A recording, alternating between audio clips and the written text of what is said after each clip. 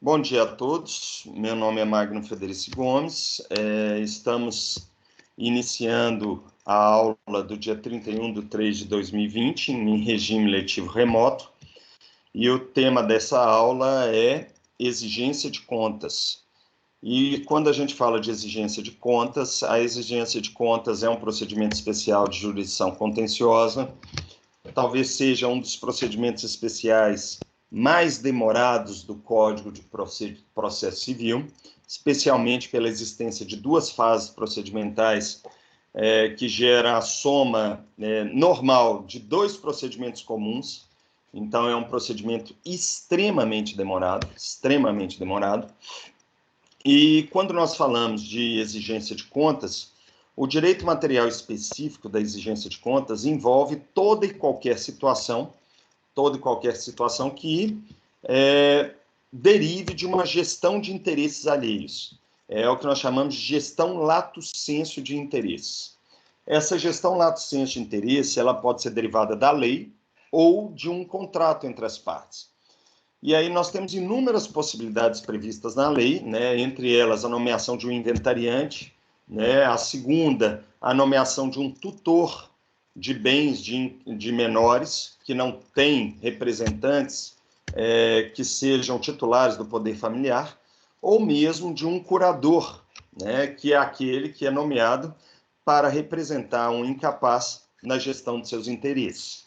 Além desses casos, nós podemos falar ainda de depósitos judiciais, e esses depósitos judiciais, eles geram a figura do depositário judicial, e o depositário judicial também tem o dever de dar as contas da sua gestão. Nós falamos ainda que, quando nós temos a gestão lato sensu de negócios, pode acontecer, então, uma derivação em função de contratos. E entre os contratos você pode dar inúmeros exemplos, entre eles o mandato, que é um contrato de procuração propriamente dito, né? Você outorga uma procuração e sempre que tem um procurador, esse procurador ele tem o dever de dar as contas.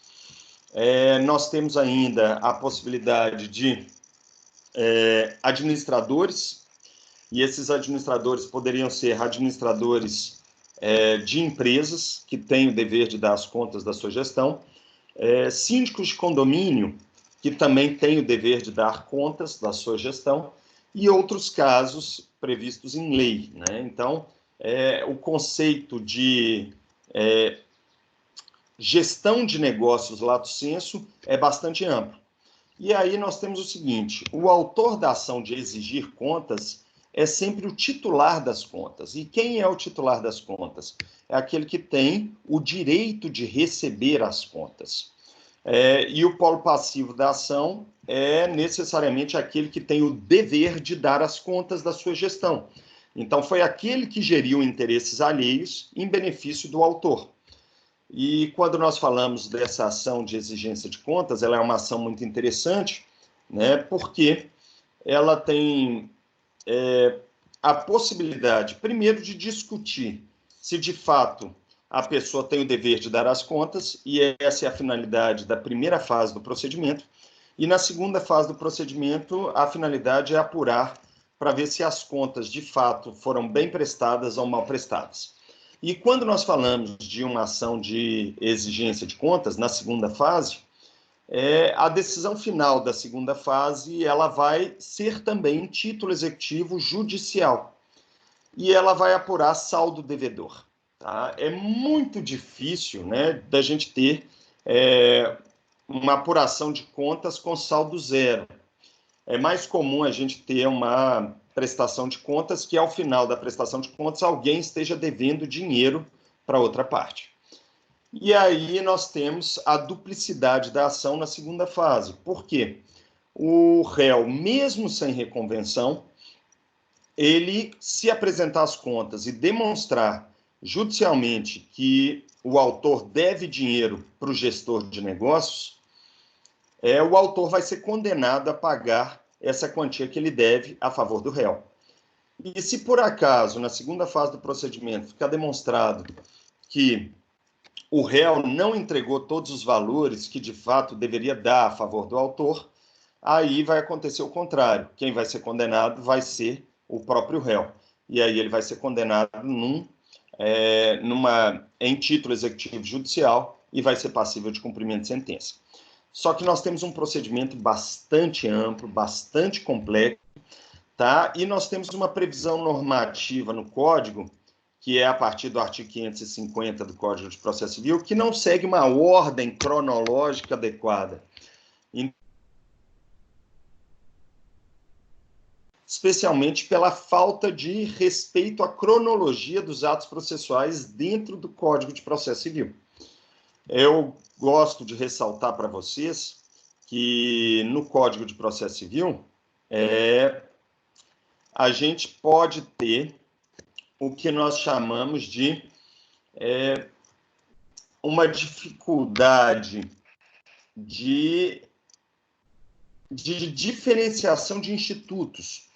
Porque no antigo Código de 1973, nós tínhamos duas ações dentro do gênero prestação de contas.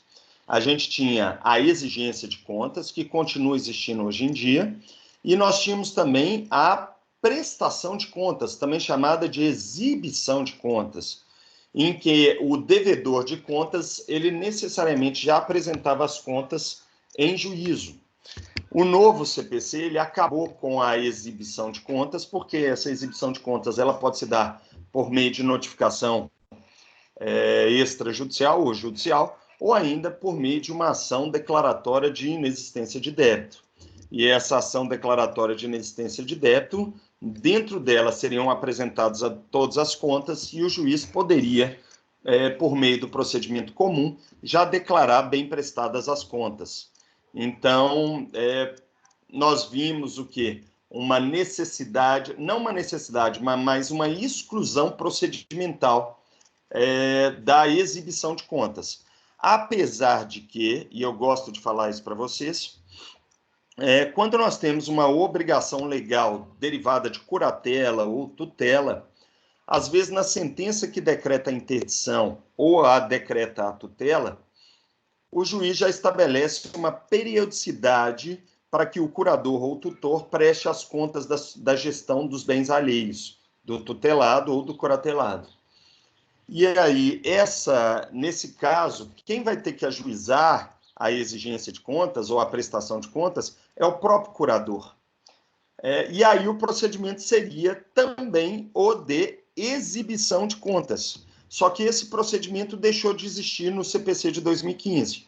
Mas na prática, especialmente nas varas de família, a gente ainda continua vendo esse procedimento de exibição de contas. E aí eles tentam utilizar o procedimento antigo do CPC de 73, as contas e a quitação da gestão. Tá claro, gente? Na prática, de fato, não existe. Não, legalmente não existe mais a exibição, mas na prática, às vezes, ela ainda é necessária. Se por acaso o curador ou o tutor não apresentarem as suas contas na periodicidade determinada na sentença de interdição, aí o Ministério Público tem legitimidade para ajuizar essa ação de exigência de contas. E aí ele ajuiza essa ação em benefício do interditado ou do menor incapaz. Tá claro, gente? Então é comum isso acontecer em processos judiciais em varas de família. E, obviamente, eu estou falando que nós vamos ter, então, nesse caso, gestão lato sensu de interesses privados, né, em obrigação decorrente de lei, porque a tutela e a curatela demanda, é um munus público entregue na pessoa do tutor ou do curador, e ele tem o dever de prestar contas. Então, é um dever derivado de lei. Quando nós falamos do procedimento, eu vou abrir aqui agora o código para vocês darem uma olhada, né? A exigência de contas ela está a partir do artigo 550 do Código de Processo Civil. E são poucos artigos, né? Nós estamos falando do artigo 550, que prevê o ajuizamento e a primeira fase do procedimento. Nós falamos aqui do artigo 551, que fala da segunda fase do procedimento, e o artigo 552, que fala da sentença da segunda fase do procedimento. Quando nós falamos aqui do artigo 553, nós estamos falando das obrigações legais de prestar contas. E o que são as obrigações legais? São aquelas derivadas de inventário, inventariante, de tutela, de curatela, de depositário judicial, de administrador judicial. Então, nós temos administradores judiciais, inclusive em processos de falência e em recuperações de empresa, tá? E aí, essas contas aqui, elas devem ser distribuídas por dependência ao processo aonde o devedor de contas for nomeado, tá? Isso significa que a ação de exigência de contas, nesse caso, ela vai ter conexão com o processo originário, seja ele de inventário, seja ele de tutela, seja ele de curatela, ou mesmo um processo de execução, onde tem um depositário, ou no processo de recuperação de falência ou recuperação de empresas. Muita atenção, o parágrafo único fala que se o gestor de negócios alheios for condenado a pagar saldo e não efetuar o pagamento nesse prazo legal estipulado pelo juiz, né, ele vai ser destituído do cargo. Seus bens podem ser sequestrados, né, e ele pode perder o prêmio, glosar o prêmio ou a gratificação a que teria direito. Então, nós estamos falando de que essas medidas de retirada do prêmio ou da eventual recompensa que ele teria em razão do cargo que ele exerceu, essa recompensa ela é perdida em função da necessidade de recomposição do prejuízo. E, necessariamente, pode ainda haver uma ação de indenização contra o gestor de negócios. Agora, então, vamos lá. O grande problema aqui na ação de exigência de contas é o artigo 550 e seus inúmeros parágrafos. É esse artigo que não respeita uma ordem procedimental adequada. Com relação ao procedimento de instauração, eu vou repetir aqui a pedidos, tá? Que o Ministério Público ele pode sim ajuizar a ação com legitimidade extraordinária a favor do incapaz, tá? Então, vamos imaginar um problema, a seguinte situação. Eu tive uma ação de interdição, né? Ao final, ela foi julgada procedente, decretou-se a interdição de um incapaz, e é muito comum em casos que esse incapaz tenha pensões por morte ou tenha benefícios previdenciários de vultuosos valores, que o juiz, na sentença, determine que o curador, num período de 1 ano, a cada ano, ele preste contas da sua gestão, Lili. E quando ele faz essa fixação na sentença de interdição, ele primeiro julga totalmente procedente pedido, decreta a interdição do requerido, né, que aí a interdição é um procedimento especial de jurisdição voluntária que nós vamos estudar no final desse semestre, e aí ele nomeia necessariamente como consequência da decretação da interdição um curador especial. E esse curador especial ele vai ter que prestar contas da sua gestão. E aí ele fala, olha, no prazo de 1 ano, a cada ano, o curador vai ter que prestar contas da sua gestão. Não é bem um curador especial, é um curador definitivo, tá? E aí, a cada ano, ele tem que ajuizar mais um processo por dependência à ação de interdição para apresentar todas as contas que ele tem com gastos sobre o incapaz. Ele vai ter que demonstrar receita, né, de maneira contábil, tudo que o incapaz recebeu e que ele administrou, e ele vai ter que demonstrar mês a mês, Lili, quais são os gastos que ele teve com o incapaz. E aí ele vai apresentar todas as notas fiscais de gastos que ele teve com o incapaz. Então, as contas serão apresentadas de maneira contábil. Quando o curador apresenta essas contas, nós estamos falando de exibição de contas, que é o procedimento que foi extinto no CPC de 2015. E aí ele ajuiza pelo procedimento comum, tá claro? Agora, quando ele não apresenta essas contas no prazo de 1 ano, o Ministério Público, que é o promotor de justiça com a atuação naquela vara de família, ele vai ter legitimidade extraordinária para ajuizar a exigência de contas. E o réu vai ser o curador. E aí vai ser o procedimento que eu vou ensinar aqui para vocês, tá? Que é o procedimento de exigência de contas, que é o procedimento especial, Tá claro? Sanou a dúvida, Lili? Então, me dá um sinalzinho aí obrigado. Então, vamos seguindo. Então, agora nós vamos para o procedimento de exigência de contas, tá? E esse procedimento de exigência de contas, fluxograma está aqui. Eu vou começar a apresentação para vocês, que é o nosso combinado em aula, né? Eu vou fazer um fluxograma no arquivo Word, vou tirar o pi para ficar de mais fácil. Fluxograma, e a ação é a exigência de contas.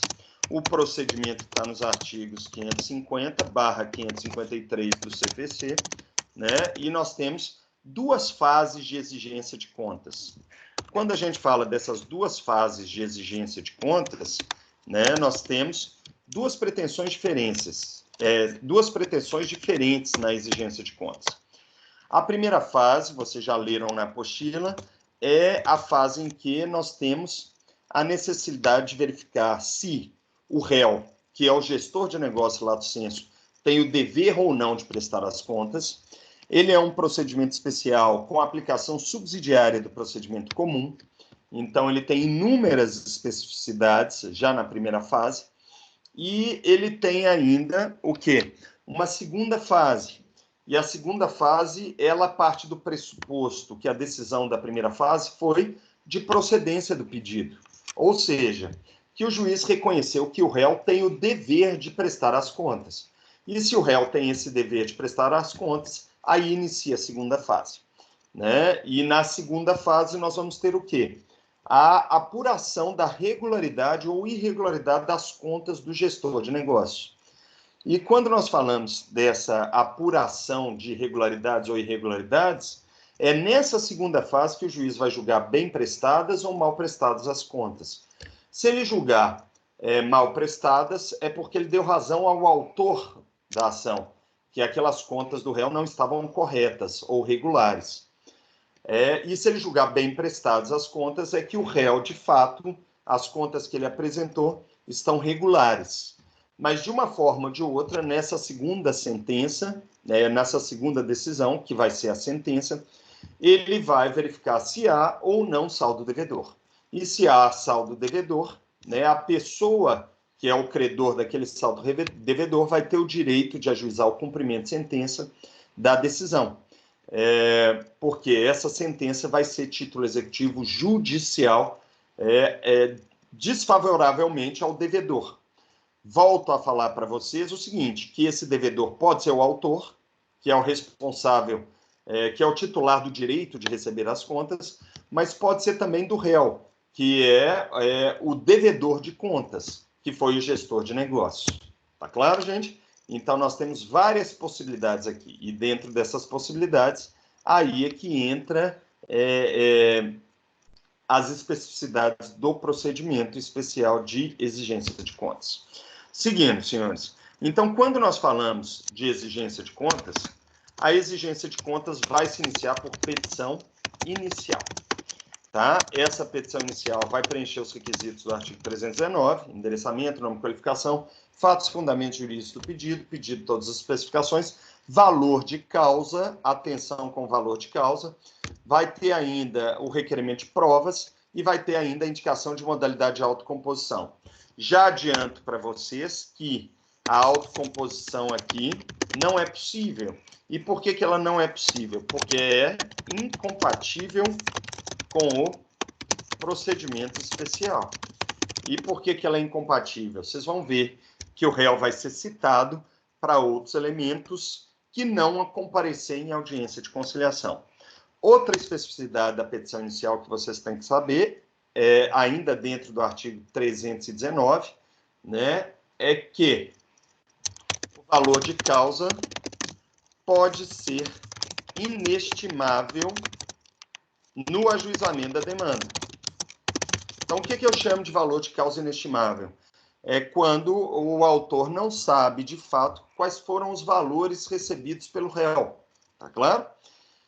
E aí ele vai ter que utilizar as regras do artigo, dos artigos 291 e 292 do CPC para estipular o valor de causa da petição inicial. Tá? Outro elemento importante, né, é que o requerimento de citação vai estar previsto no artigo 550, tá? Mais precisamente, no parágrafo 1º do artigo 550, que prevê as especificidades da petição inicial de exigência de contas. Então, vamos abrir lá. Quando a gente fala aqui, ó, parágrafo 1º, na petição inicial, o autor especificará detalhadamente as razões pelas quais exige as contas. Então, esse parágrafo 1º, ele demonstra o quê? As causas de pedir remota e próxima da exigência de contas. Então, é isso. Tá bom, senhores? E mais, é obrigatório, tá claro, gente? A juntada de documentos. As causas de pedir, mais a apresentação de documentos que demonstrem a gestão lato sensu de negócios. Tá bom, gente? Então, essas são as especificidades do parágrafo 1º do artigo 550 do CPC, tá? Falo para vocês que podem existir casos em que não existam esses documentos, tá? E quando não existirem esses documentos, aí vai ter que protestar por prova testemunhal. Então, a regra geral é a juntada dos documentos que comprovam a gestão lato sensu de negócio. Agora, se não tiverem esses documentos, volto a falar, aí nós vamos ter que providenciar a prova testemunhal. Então, eu falo para vocês, a regra geral é a prova documental e a exceção seria o quê? A prova oral. E essa prova oral pode se dar por testemunhas ou mesmo por depoimento pessoal. Relembro a vocês que existe um contrato em espécie que ele chama gestão de negócios e a gestão de negócios, ela não tem documentos necessariamente. E quando não tem documentos, então, aí vai ter que ser produzida a prova oral. Mas vai ser muito difícil do juiz designar essa audiência na primeira fase do procedimento, porque ele vai ter uma presunção de prova tarifada. O que é prova tarifada? É aquela que tem indício de prova documental. Esse indício de prova documental pode ser contratos assinados pelo gestor de negócios a favor do gerido, né? Ou mesmo algumas movimentações feitas por ele a favor do gerido, movimentações bancárias, depósitos e assim por diante. Mas, de uma forma ou de outra, tentem sempre juntar documentos, porque esse artigo 550, parágrafo 1º, indica o conceito de prova tarifada, né? Então, essa prova tarifada, esse conceito é muito comum em direito previdenciário. A prova tarifada é aquela que tem indício de prova documental. Tá bom, senhores? Indício de prova documental. Indício de prova documental. Seguindo, senhores. Com relação à citação, a citação está em outros parágrafos do artigo. Tá claro, gente? E aí, o que nós temos? Nós temos o seguinte. O artigo 550 caput fala: aquele que afirmar ser titular do direito de exigir contas requererá a citação do réu para que preste e ofereça a contestação no prazo de 15 dias. Então, nós estamos falando que o requerimento de citação está no caput do artigo 550. E na cabeça do artigo 550, mais exatamente na segunda parte, lá fala o seguinte: ele tem que requerer a citação do réu para que preste ou ofereça contestação no prazo de 15 dias. E eu estou mostrando aqui para vocês que nessa hipótese aqui, nós não temos a autocomposição, porque a autocomposição torna-se incompatível com o procedimento especial. Tá claro, gente? E essa é a petição inicial. E ao falarmos de petição inicial, uma vez ajuizada a petição inicial, os autos vão conclusos ao juiz, conclusos para as providências preliminares. E quando a gente fala de providências preliminares, significa, o juiz pode mandar emendar inicial? Sim, ele pode mandar emendar inicial, se não respeitar esses requisitos. 2, ele pode indeferir a inicial? Pode indeferir a inicial nos casos do artigo 330, né? 3, ele pode ainda julgar liminarmente improcedente pedido? Pode, mas acho muito difícil, tá? Ele poderia julgar liminarmente improcedente pedido naquele caso de prescrição em decadência, especialmente naquilo que foi demonstrado na apostila, que o STJ pacificou uma dúvida jurisprudencial sobre o prazo de prescrição da ação de exigência de contas. Antigamente, a gente utilizava a exigência de contas fora do prazo da ação de cobrança, para conseguir a cobrança, né? Porque o STJ tinha uma dúvida jurisprudencial que falava que a exigência de contas era uma ação pessoal e ela não tinha prazo específico de prescrição. E aí, para escapar daquela regra de 3 anos, que é a ação contra o enriquecimento ilícito, ou a regra de 5 anos numa ação de cobrança fundada em documento escrito, o autor da ação ele ajuizava a exigência de contas para escapar desses prazos reduzidos de prescrição, né? E aí o STJ acabou pacificando, por decisão do órgão especial, em julgamento de embargo de divergência, falando que o prazo da exigência de contas, prescricional da exigência de contas, é o mesmo prazo da ação de cobrança. Então, nós temos, dentro dessas providências preliminares, a possibilidade de aplicação dos artigos 321, emenda da inicial, não é isso? 330, indeferimento da inicial. 332, julgamento liminar de improcedência, especialmente na hipótese do parágrafo 1º do CPC, né? Que é o caso de prescrição. E nós temos ainda a possibilidade de juízo de admissibilidade positivo da ação de exigência de contas, em que o juiz recebe a inicial e determina o quê? A citação do réu. Cite o réu. Tá claro, gente? Pode ter ainda deferimento de justiça gratuita e assim por diante. E esse seguiria o segundo ato processual da ação de exigência de contas. E aí, caso vocês tenham alguma dúvida, favor me apresentar essa dúvida aqui dentro do nosso chat, para que eu possa responder. João Vitor, poderia ir mais devagar um pouco? Claro, João. Eu vou repetir, tá bom, senhores? Essas hipóteses que eu apresentei aqui para vocês no fluxograma de exigência de contas, tá? São as hipóteses das providências preliminares do procedimento comum. Então, são todas aquelas providências preliminares que o juiz pode tomar num procedimento comum, tá? Ou seja, ele pode mandar emendar inicial no prazo de 15 dias para cumprir esses requisitos aqui, do caput do 550 mais o parágrafo 1º, tá? Ele pode ainda indeferir a inicial nas hipóteses do artigo 330, né, que são aquelas de inépcia da inicial, que vocês já estudaram, ilegitimidade ativa ou passiva, falta de interesse processual. E ele pode ainda declarar a prescrição do dever de dar contas em julgamento liminar de improcedência do pedido. E essa é a hipótese do artigo 332, parágrafo 1º. Tá? Eu peço a vocês que leiam esses artigos para revisarem o procedimento comum. E ele pode, né, além disso, fazer o quê? O juízo de admissibilidade positivo da petição inicial. Então, nesse caso, ele recebe a PI, que é a petição inicial, né? Então, eu vou colocar aqui a sigla de petição inicial, tá? E aí ele determina a citação do réu. Nesse caso, ele pode definir também eventual justiça gratuita. Alguma dúvida, senhores? Eu posso seguindo? Se tiver, por favor, colocarem para mim.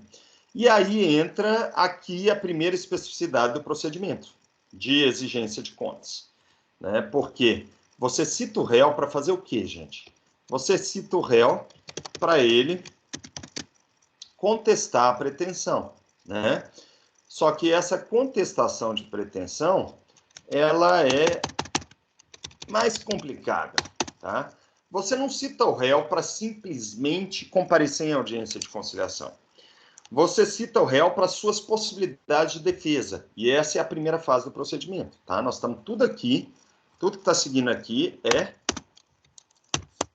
primeira fase do procedimento. Tá? Você cita o réu para ele fazer o quê? Primeiro, primeiras possibilidades. Então, vamos falar aqui de possibilidades de manifestação do réu. Possibilidades de manifestação do réu. São 3 possibilidades. Primeira, quando a gente fala da primeira, o réu pode, citado validamente, permanecer revel. Estão acompanhando, gente? E se ele permanece revel, né, sabendo que esse prazo aqui, o prazo de defesa é de 15 dias úteis,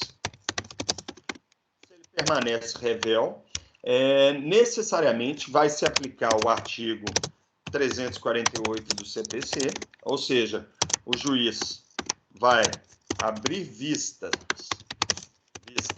ao autor para especificar suas provas, não é isso? E se o autor requerer o julgamento antecipado, não é isso? Se houver requerimento do artigo 355 do CPC de julgamento antecipado, aí o juiz vai proferir a decisão de julgamento antecipado. E essa decisão de julgamento antecipado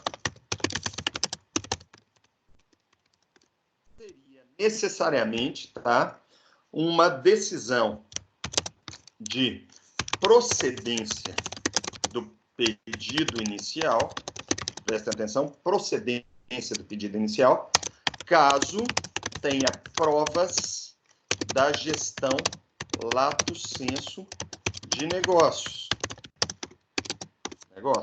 Então, se tiver uma decisão de procedência do pedido inicial, tá claro? Caso tenha essa prova, e aí eu estou falando provas, saliento aqui, vai ter que ter prova documental, porque o autor pediu julgamento antecipado, na forma do artigo 355, né? E aí, quando é proferida essa decisão de procedência do pedido inicial, necessariamente o juiz vai determinar com eficácia autoexecutiva, não é isso? A exibição de contas, tá? Na segunda fase do procedimento especial. Tá claro, gente? Então, muitíssima atenção aqui, né? Porque nessa primeira possibilidade de revelia do réu, tá? O juiz pode tanto julgar procedente como improcedente. E a primeira parte que eu falei aqui foi decisão de julgamento antecipado, e essa decisão de julgamento antecipado com procedência do pedido. Tá bom, gente? Vai ser uma decisão auto-executiva que vai determinar uma obrigação de fazer. E qual vai ser a obrigação de fazer? Que o réu apresente as suas contas. Apresente as suas contas. Seguindo, senhores, nós temos uma segunda possibilidade, tá? E a segunda possibilidade aqui, tá? Seria, então eu estou colocando aqui 1.1, né? Decisão de julgamento antecipado com procedência do pedido. Então, e o juiz determina a exibição de contas. Agora, pode acontecer no 1.2 que o juiz profira uma sentença em julgamento antecipado da lide, tá? E nesse caso ele vai julgar, vai proferir uma sentença de improcedência do pedido inicial. E por que seria uma sentença de improcedência, gente? Aí eu vou até escrever, vou aproveitar o texto aqui, tá? O texto vai ser o quê? Caso não tenha provas, não tenha prova documental, da gestão lato sensu de negócios. Se não tiver prova, o que ele vai fazer? Ele profere a sentença e encerra o processo com a primeira fase do procedimento, mostrando que o autor não tem direito a receber as contas do réu, tá? Nesse caso, o autor vai ser condenado nas penas de sucumbência. Seja com base no valor da causa, se ele for um valor de causa com base no artigo 292, seja com base em critério equitativo do juiz, se o valor de causa era um valor de alçada, ou seja, ele não tinha um proveito certo e determinado já naquele momento do recebimento da inicial. Tá? Então, essa seria uma hipótese de decisão em que ele automaticamente ele já julga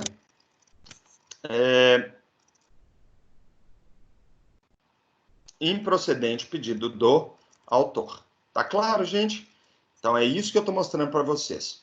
Dúvidas até aqui? E nós vamos seguir. Atenção! Se a sentença for de julgamento antecipado com a improcedência do pedido, o recurso cabível, sem dúvida nenhuma, é apelação para o autor, na forma do artigo 1009 do CPC. Tá claro?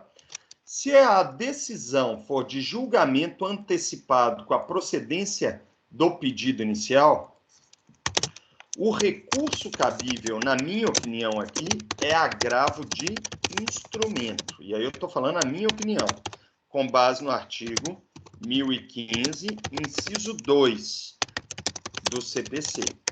No entanto, senhores, eu vou adiantando para vocês que no Tribunal de Justiça do Estado de Minas Gerais, no TJMG, existe posicionamento que contra essa decisão aqui de julgamento com procedência do pedido inicial, cabe apelação, tá? Então, aqui haveria dúvida objetiva dentro do Tribunal de Justiça. E eles estão falando que seria um caso de ajuizamento de IRDR ou mesmo de assunção de competência para sanar essa dúvida objetiva. E por que existe essa dúvida objetiva? Porque o CPC de 73 falava claramente que a decisão da primeira fase, que julgava procedente o pedido, era sentença. E aí era um processo que tinha duas apelações. O Tribunal de Justiça de Minas Gerais, a meu ver, tem dado uma interpretação equivocada sobre esse instituto, tá claro, gente? Falando o seguinte, falando que continuaria sendo apelação, mas estaria errado, porque o próprio Código de Processo Civil, no artigo 550, não fala mais em sentença, ele fala em decisão, não fala mais sentença. Então, abrindo aqui no artigo 550 para vocês verem. Petição inicial caput do artigo 550, petição inicial parágrafo 1º, tá bom, senhores? A hipótese de revelia está aqui no parágrafo 4º, tá? E aí eu mostro para vocês. Petição inicial aqui, caput, parágrafo 1º, e a revelia no parágrafo 4º, tá bom, senhores? E lá fala, olha, se o réu não contestar, observar-se-á o artigo 355, que é o julgamento antecipado. Tá bom, senhores? E aí nós temos o parágrafo 5º. Prestem atenção. Olha aqui, ó. A decisão que julgar procedente o pedido condenará o réu a prestar as contas no prazo de 15 dias, sob pena de não ser lícito impugnar as contas que o autor apresentar. Então, o que eu estou mostrando aqui para vocês? Muitíssima atenção. Citado validamente, aplica o artigo 355. E aonde está escrito isso? No artigo 550, parágrafo 3º. Tá bom, senhores? Ótimo. E aí, o que nós temos? Se por acaso o juiz julgar procedente e determinar a abertura da segunda fase do procedimento, aí ele vai aplicar o artigo 550, parágrafo 4º. Tá claro, gente? E essa é a hipótese mais rápida da exigência de contas, que é a hipótese de revelia. Tá claro, gente?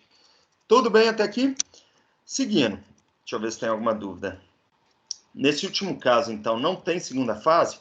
Calma, Helena.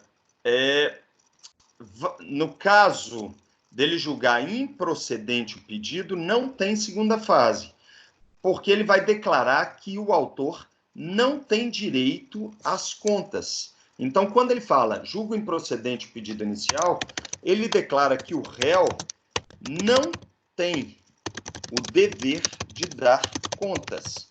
automaticamente sem segunda fase. Segunda fase do procedimento.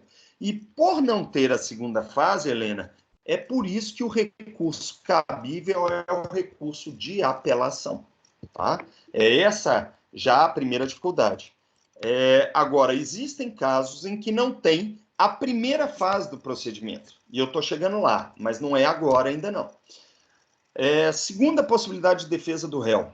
A segunda fase, ainda na primeira fase do procedimento, ocorre possibilidade de defesa do réu. Então, vamos lá.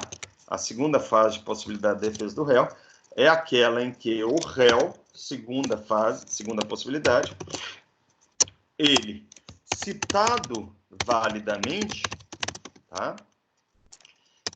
Ele contesta o dever de dar contas. Ele contesta o dever de dar contas. Vocês estão acompanhando aqui? Então, ele está falando, nesse caso, que não houve gestão lato sensu de negócio. E se não houve gestão lato sensu de negócio, necessariamente ele não tem que dar contas a favor do autor. Quando isso acontece, vai abrir um procedimento comum, inteirinho, bonitinho, tá joia, senhores? Para que o réu demonstre que ele não tem o dever de dar contas. Tá? Então, aí, necessariamente, vai cair essa fase, esse procedimento todo no procedimento comum. E o que seria o procedimento comum? Vai lá, vou puxar aqui da exigência de contas, né? Seria daqui para frente, tá? Você puxa ele aqui, alegações finais e sentença, tá? Eu estou puxando aqui para ser mais rápido, tá, senhores? E aí eu vou passar rapidamente para vocês verem. O que vai ser? Vai abrir vista para o autor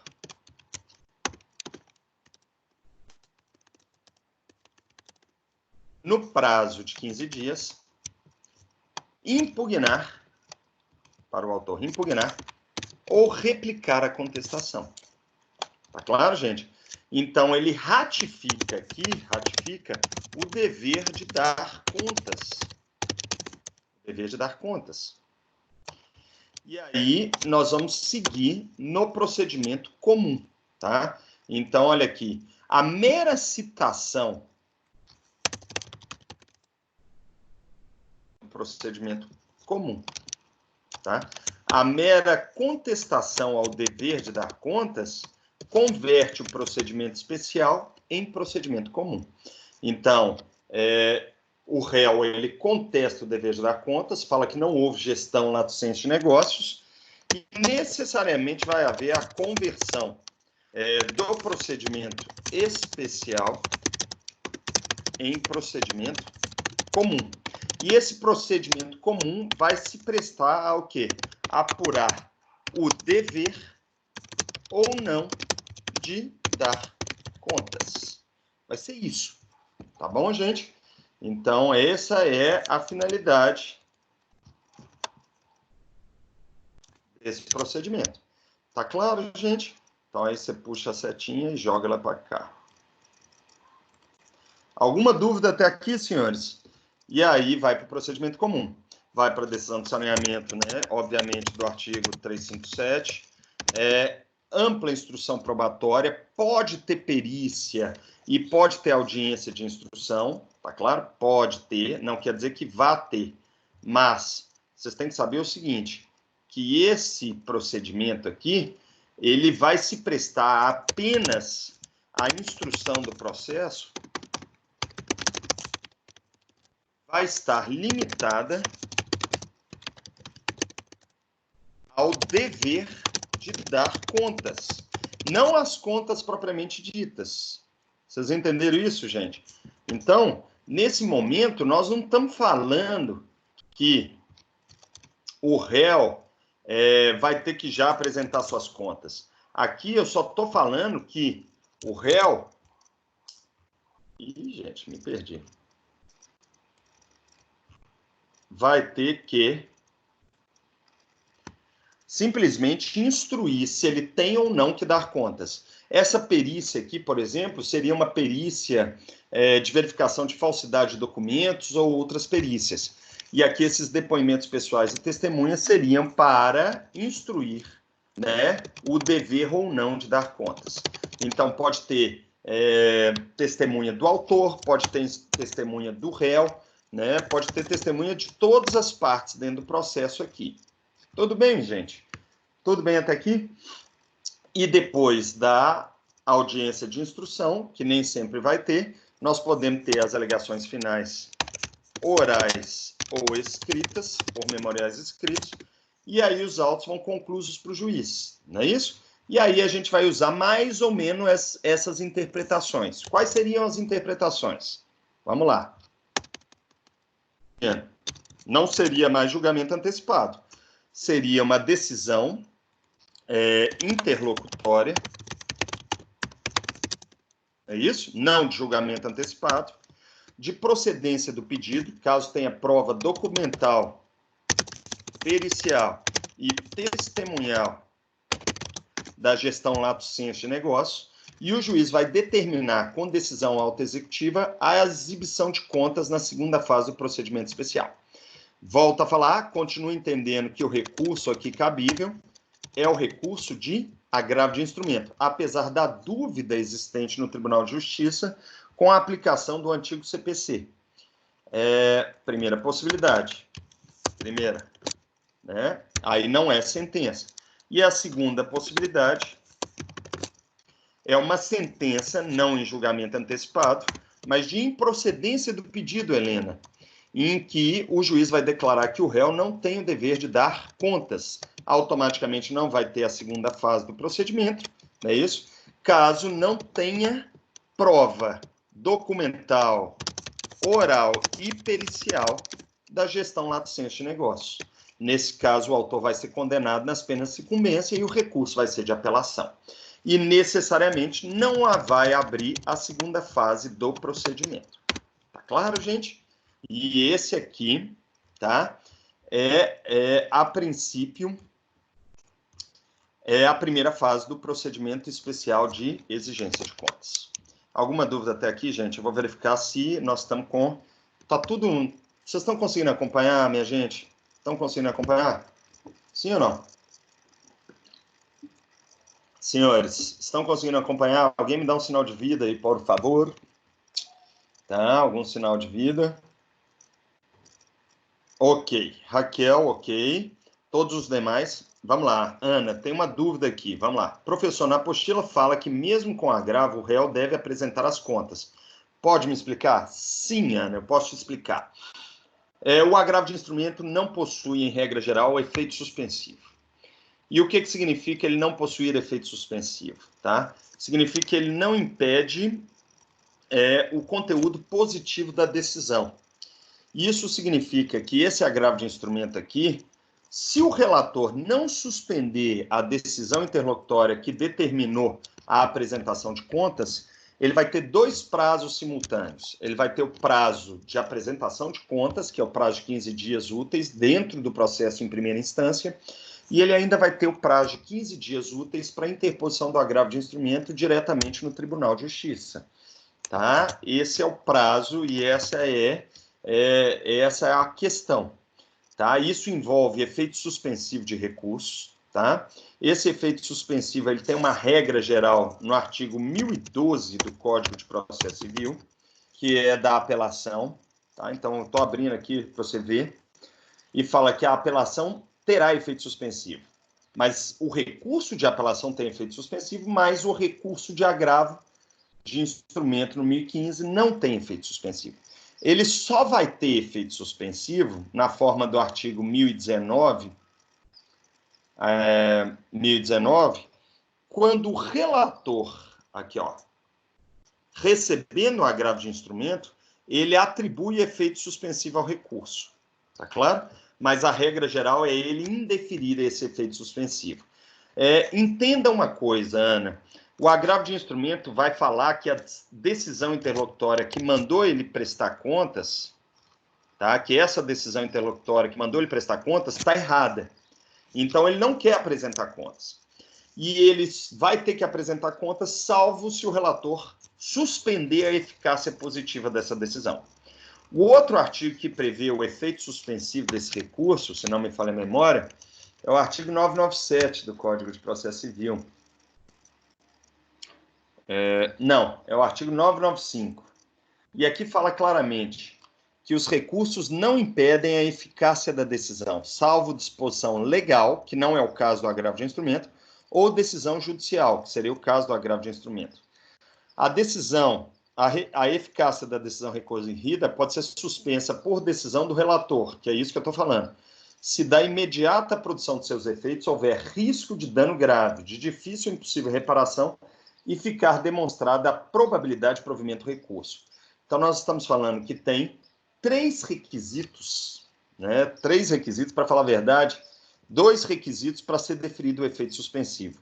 A probabilidade de provimento do recurso, né? Isso, que é a possibilidade da decisão do juiz de primeiro grau estar errada, e a possibilidade de dano de difícil ou incerta reparação.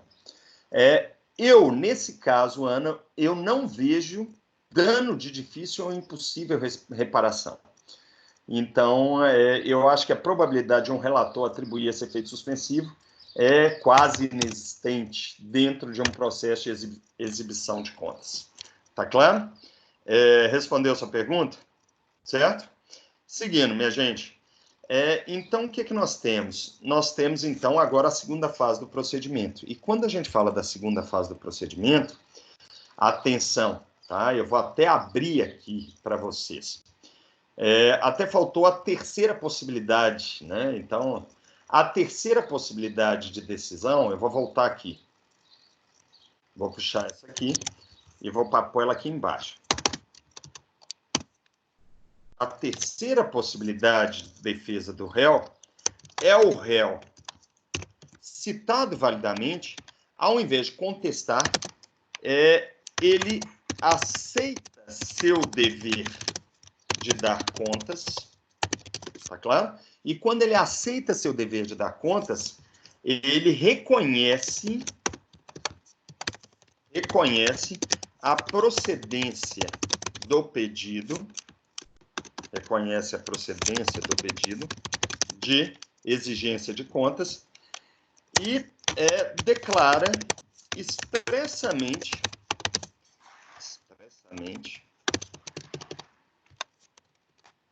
que houve gestão de lato sensu de negócio. Claro, gente? Quando isso acontece, ocorre a eliminação da primeira fase do procedimento de exigência de contas e inicia-se de imediato a segunda fase do procedimento especial de exigência de contas. Não é isso? Para fazer o quê? Para apurar o dever ou não, para apurar aqui as contas propriamente ditas. Ou seja, se elas estão bem ou mal prestadas. E ainda fazer o quê? Condenar no saldo devedor.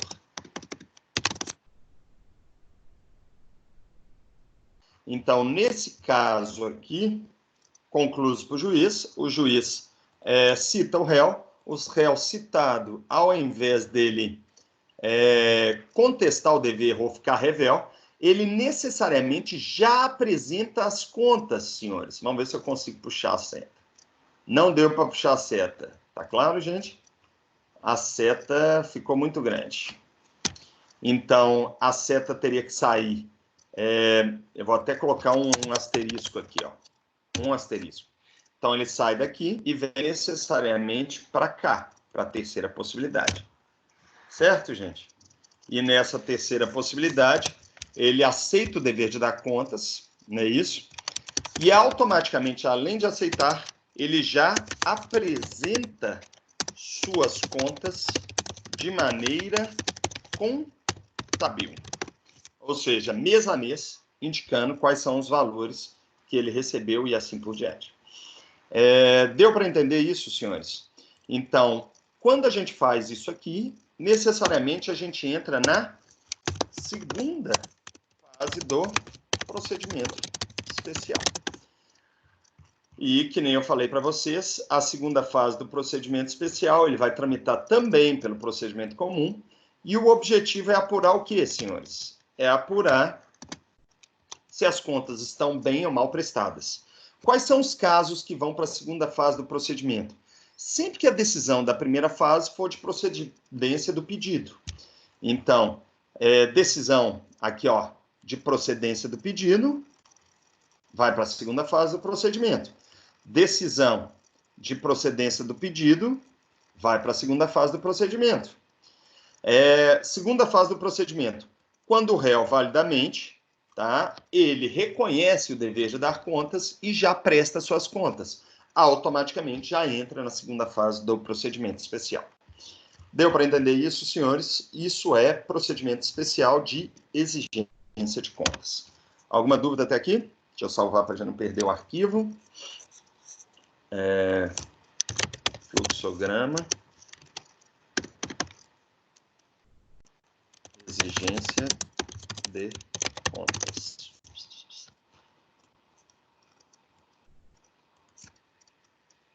Tudo bem? Dúvidas, senhores? Dúvidas ou não? Então, vamos continuar. Qual parágrafo diz respeito à segunda fase? Vamos lá, João. Boa pergunta. Aqui. O parágrafo que diz respeito à segunda fase do procedimento é esse. Prestadas as contas, o autor terá o prazo de 15 dias para se manifestar, seguindo o procedimento na forma do capítulo 10 do título 1 deste livro. Ou seja, o procedimento vai virar o procedimento comum, tá claro? Procedimento comum. E aí, eu vou colocar aqui já no nosso esquema, o artigo que diz respeito a ele, que foi aquele parágrafo que nós tínhamos saltado, que é o artigo 550, parágrafo 2º. E por isso a ordem é ruim. Tá claro, gente? E aí nós temos algumas consequências, tá? Então, aqui, ó, já estudamos o caput, o parágrafo 1º da petição inicial, não é isso? Na hipótese da revelia, né, vai aplicar o parágrafo 4º, né? No caso de procedência da decisão que manda prestar as contas, abre a segunda fase, então é sempre o parágrafo 5º, né? E se o réu apresentar as contas no parágrafo 5º, na regra, para seguir-se-á o procedimento do parágrafo 2º, caso contrário, o autor apresentá-las-á no prazo de 15 dias, podendo o autor determinar a realização, o juiz determinar a realização de exame pericial, se necessário. Então, nós temos dois parágrafos, João, parágrafo 2º e parágrafo 6º. Tá bom? Sendo que uma parte do parágrafo 6º se aplica, a segunda parte não. E aí, o que nós temos? Muita atenção, senhores. Nós temos ainda uma possibilidade, tá? E eu vou tirar essa seta daqui, do réu não apresentar as contas, senhores. E isso é um desastre total. O juiz, necessariamente, ele já mandou o réu apresentar as contas. E ele vai ter o prazo de 15 dias para o réu apresentar suas contas de maneira contábil. O que é a maneira contábil? É a previsão do artigo 551 do CPC. Tá bom, gente?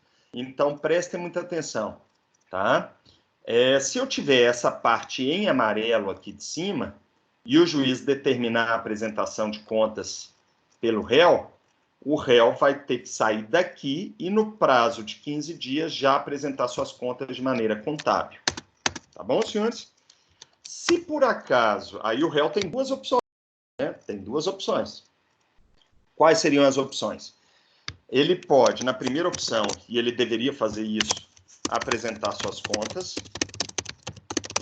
E nessa apresentação de contas, não há necessidade de juntada de documentos neste momento, tá claro?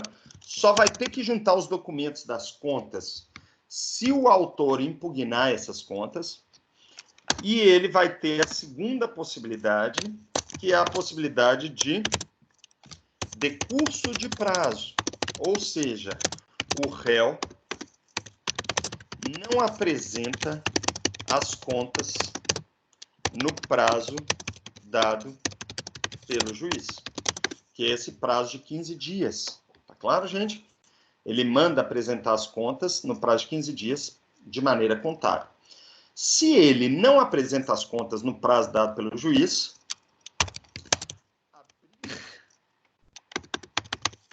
a vista ao autor para que ele, autor, apresente as contas no lugar do réu, não cabendo direito de impugnação ao réu sobre as contas apresentadas pelo autor. Certo, gente? Então, é isso que nós temos aqui. Então, essa parte aqui, gente, em que o juiz manda apresentar as contas de maneira contábil, que é a segunda fase do procedimento, ocorre a despolarização. E o que é a despolarização? O réu se torna o autor da segunda fase do procedimento. Ele se torna o autor da segunda fase do procedimento.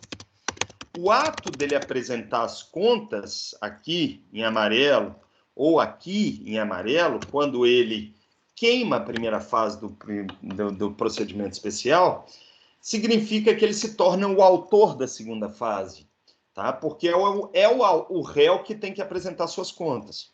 Se o réu deixar de fazer isso, ele perde o direito de ser o autor da segunda fase. E aí o autor apresenta as contas no lugar do réu e o réu não tem mais direito de impugnação. Tá claro, gente? Isso é muito, muito, muito sério. Muito sério mesmo. Eu vou até separar esse procedimento aqui para que vocês possam vê-lo de maneira diferente. Tá? Vou separar o procedimento. Essa despolarização talvez seja o fato mais complicado. Porque essa despolarização é que caracteriza a duplicidade da ação na segunda fase do procedimento especial. O réu não tem o direito de apresentar reconvenção em exigência de contas. Deu para entender isso, senhores? Então, quando a gente fala dessa primeira decisão aqui, o réu pode tomar duas providências diferentes. Ele pode, que nem eu falei para você, só repetindo aqui para ficar claro, tá? Ele pode, no prazo de 15 dias, já apresentar suas contas. Tá claro, gente? E eu vou fazer o contrário, tá? Eu vou colocar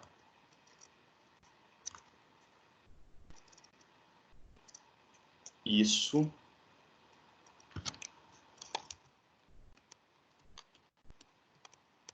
Vou mudar a forma.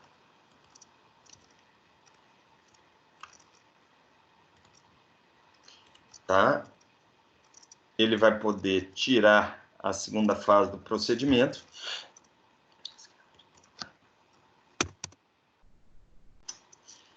Depois eu formato isso para vocês, senhores. No momento, nós vamos ter que encerrar a aula, porque pelo adiantado da hora, e vocês vão ter novos trabalhos, não é isso? Então, a partir de agora, eu vou encerrar a gravação. Essa gravação, ela se diz respeito à primeira fase do procedimento especial de exigência de contas, e ainda tem o início da segunda fase, tá? Eu fiz uma revisão da apostila geral sobre os elementos característicos da exigência de contas, e aqui com o fluxograma eu fiz um aprofundamento sobre a matéria, tá? Sobre a matéria. Para mim foi um prazer lecionar para vocês hoje. e essa matéria vai ficar no portal de streaming para vocês, disponíveis para novas revisões, tá? No momento eu encerro para a gravação e vou sanar eventuais dúvidas sobre o assunto.